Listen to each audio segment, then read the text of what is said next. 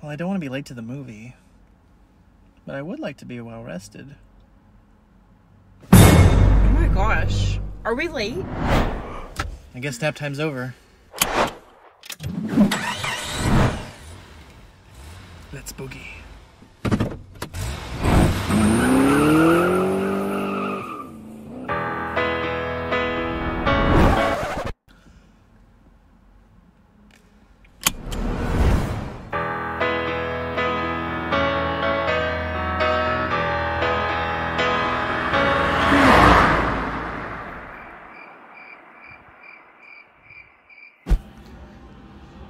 Well, I guess we should get tickets. What time does it start again?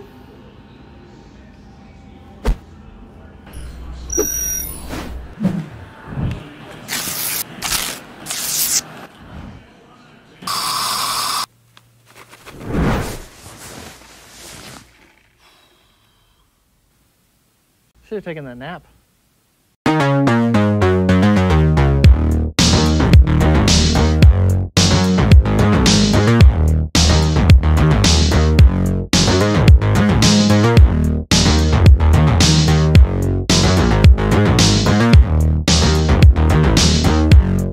Hi, welcome to Tavern Talk. My name's Kris. I watch movies. You watch them with him. Yes, she watches them with me. So I'm a graduate student, teacher, filmmaker, studier of film, and this is my partner in crime / wife. Hi, I'm Melody. I am a local arts teacher, and I'm educated about films through this gentleman. I force her. No, well, actually, our first date, I was the one that asked to go see the lighthouse. That's true. Yeah, the lighthouse was our first date. You're fond of me lobster, eh? It was very romantic. We're still together. And today we're talking about Edgar Wright's new film, Last Night in Soho. So this is a much anticipated film for me, because I'm a huge Edgar Wright fan. I've been looking forward to this for a while. So, Melody, I'm going to ask you your initial reaction. My initial reaction. Oh my. Well, like, I will say, like, this day has just been kind of, like, rough for me to begin with, just because, like, it's that season, I'm getting kind of, like, sick and whatnot. So I came into this, like, really excited to see this, but I'm like, this is just kind of a great day. Yeah. You know, but, even, like, through the trailers, I was just kind of almost dozing off. Yeah. Because it's been a long week. But as soon as, like, the first scene, like, hit the screen, I was instantly just, like, glued to it and just, engaged, like, in, like, utter awe of, the beauty, the music, like, just the whole aesthetic of the film was just ballin'. Yeah, he does that. I mean, I think this is a testament to how strong Edgar Wright is just as a filmmaker.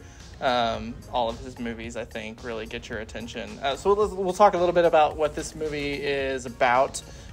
So this takes place in a neighborhood of London's downtown area. It's called Soho.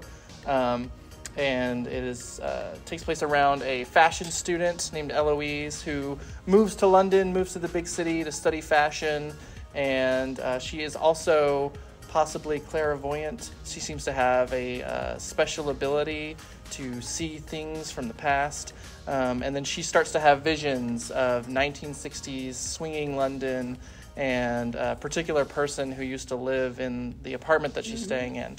And, it's a thing that she's always been fascinated with, that she loves. She loves the vibe, you might say, of 1960s London. Yes. I can relate. I also love that time period. I think it's clear that Edgar Wright loves that time period, too, because there's such detail and care into, how he portrays that on film. Yeah. So she starts to kind of live vicariously through this person in the past.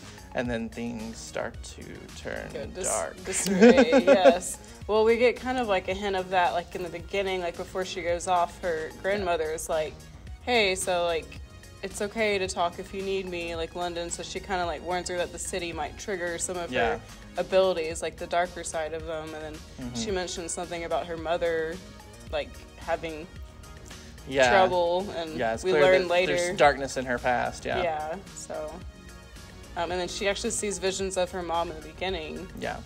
But I think they're kind of like a symbol of hope, kind of not like necessarily something dark. This is clearly a different scenario that she's seeing, something dark. Yeah, I thought it was interesting how, you know, it kind of shows, at first you see the glamorous side of 1960s London, and sees like what the character says if she could live anywhere in any time period, it would be that time period. But then the veneer starts to sort of like crack and starts to break away, and you see the darker side of reality. Yeah. Well, first I liked like the beginning scenes when she gets to London. Yeah. She has like that pep in her step and excited, and then it's like we both had kind of a flashback, I think, to freshman year vibes. Like, yeah, I whispered that to you at one point when she's first moves to London and she's really struggling with like she doesn't quite fit in. She likes older music. She's kind of awkward and shy, and really struggles in her like dorm. And I think I whispered to you like, I'm having flashbacks to freshman year of college. I had a roommate like that my freshman year. I feel like everyone had experience. The nightmare roommate. Someone, so she ends up moving out and getting her own place, and that's where she starts to have these visions. And you know, I like that even she says it to somebody, like she says it to the landlady at one point, like, did anyone die in this building? It's a bit old-fashioned for some, but I won't do nothing to it.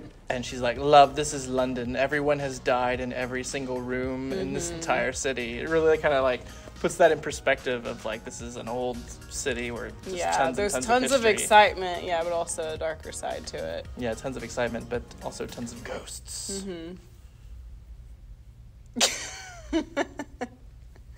Sorry. Anyway, the movie.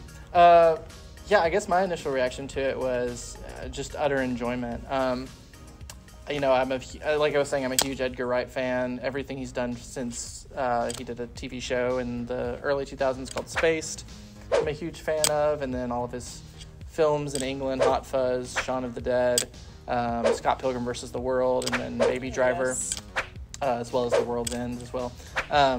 So I don't know if I was as bowled over by this as maybe like the first time I saw Baby Driver or The World's End. What? Really just kind of like knocked me to the floor how amazing those was. I did really like this. I feel like this really did it for me. Okay. Maybe just because like I feel like she had a sense of panic like through some of the scenes, like it felt like a fever dream kind of, or it's like almost like this fantasy that she's living out, and she knows what's going on. She knows that she's participating in this almost ghost-like world. Yeah. But we're, as the viewer, we're not quite sure, like, what's the relationship of this? Is she, like, literally inhabiting this other woman's body? Because at first I thought that's kind of what it was, but then the other woman, like, I don't know, like, if she was even aware of her there. Like, right. There's some mystery, I think, in there of, like, what exactly is happening. What's their relationship in this other... Yeah. And I don't think we'll go into spoilers and give away kind of what happens in the film. Yeah, we want to keep that for the viewer. But I will say, like, you know, that's some of the most, I think, inventive and fun stuff in this movie is that when she is in the past and you see all of that, even it starts off as being really fun and energetic, and then it gets darker and starts to get really creepy and starts to chip away. And also, I think, says a lot about sort of our romantic conceptions about the past. That's you know, true, that it sort of shows the reality that this was a really messed up time for some people.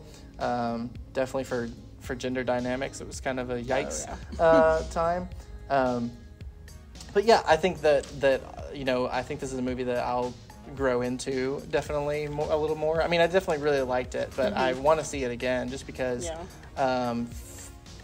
Again, no spoilers, but what kind of happens in the second half of the movie almost kind of begs you to watch it again to sort of like recontextualize everything. Yeah. So, I think I want to talk a little bit about performances. So this film stars Thomasin McKenzie, which we saw in Jojo Rabbit. Oh yeah. So she's really good in this. She kind of has this like interesting way of speaking. She where does. It's very I was going quiet. to say that before. It's like it's a very cute it makes you almost want to lean in to see exactly what she's saying. Yeah. But kind of a mousy demeanor. Yeah, and then Anya Taylor-Joy from The Witch, Queen's Gambit on Netflix. She's very mysterious and entrancing as Sandy, this woman who's trying to become a singer. Matt Smith, Doctor Who, is our mysterious Jack character who kind of takes Sandy by the hand into this world and then turns out to be a much more darker character. Also, Diana Rigg shows up in this. She plays the tenant lady.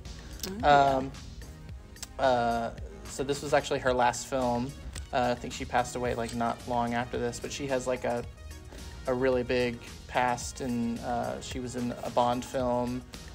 She was in this British series called The Avengers that was very big in the 1960s. So she's kind of British royalty. Was she in any other Edgar Wright films? I don't think so. Okay. I think this was her first. Yeah, she seems like someone who might have popped up in Hot Fuzz. Something about her reminded me of like maybe The Lady with the Shears or like one of those people part of that. Yeah, I think Edgar Wright just really likes working with these. Edgar Wright is like a huge movie nerd, so I think he likes working with, older Hollywood actors who have like a lot of history in them. And the film even starts off with a tribute to her for Diana. So Eloise kind of falls for a guy who he was an actor who was in Attack the Block, and he's like all grown up now. He's really likable and charming too in this. So everybody is really, I think, well casted in this. I liked the relationship between Eloise and Sandy. Like, it was like she wanted to be Sandy in the beginning. It was like everything like the confidence and stuff that she was lacking in like her world. Like she kind of saw this confident girl achieving her dreams. Like, and so she maybe originally thought that. Like, that's kind of was the impression that I first got, because like she got her hair dyed like her. Yeah. And was like making the dress and like getting inspiration from that, and then she's kind of seduced into this world. And so she just like wants to get away from it, and it's like everywhere she turns, like that world collides with the current world. It's like she can't separate the two anymore. Yeah. So, but I liked just like the scenes with them like flipping with like the mirrors and stuff like that. Yeah, there's a lot of great sort of camera trickery done in this. And this is kind of Edgar Wright's first really I guess Baby Driver's not really a comedy, but this is kind of his film where there really isn't comedy in the forefront of it. Yeah. So I think it's pretty well executed. The tone of it all is very stylistically. Panic attack. Constant panic attack. Maybe that's very why I related to it. Very tense throughout. There's definitely a lot of inspiration in like Italian horror films from the 70s. A lot of like sort of British thrillers from the 60s as well. We've been watching a couple on the Criterion Channel. Yes. Edgar Wright actually. The Bird with the Crystal Plume. Yeah, I think that's definitely one that kind of programmed in there. But yeah, I thought this was just fantastic. I can't wait to see it again. So if we had to like think about what to rate this out of 5 stars, I think I would probably go with a 4.5. I really, really love this. I can't wait to see it again. I think it's fantastic filmmaking. Always happy to see a film of this caliber. It just didn't quite bowl me over the way some of his other films are. What? So I'm hesitant to go full 5 stars, so I'm going to go 4.5. Well, I'm going to change. I was originally going to say 4.5 too. Okay. But I feel like that's almost in my mind being like, well, as a teacher, you don't want the student that's perfect all the time to get a 100%, so you tack the grade down just to try to be like not to seem overly but really in my mind I just enjoyed this so much, and like I just loved everything about it. It has to be a 5 for me. Okay. So wow, there you go. Yeah, enthusiastic thumbs up. Okay, so I think we're just going to give a shout out to, we just want to give a shout out to the Movie Tavern for hosting this show. So don't forget to subscribe to this channel, like this video, share it with all your friends, and tune in next week. Have a good evening.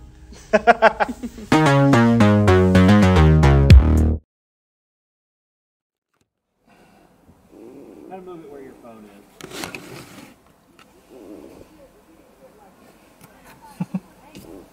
Oh yeah, move that. Sorry.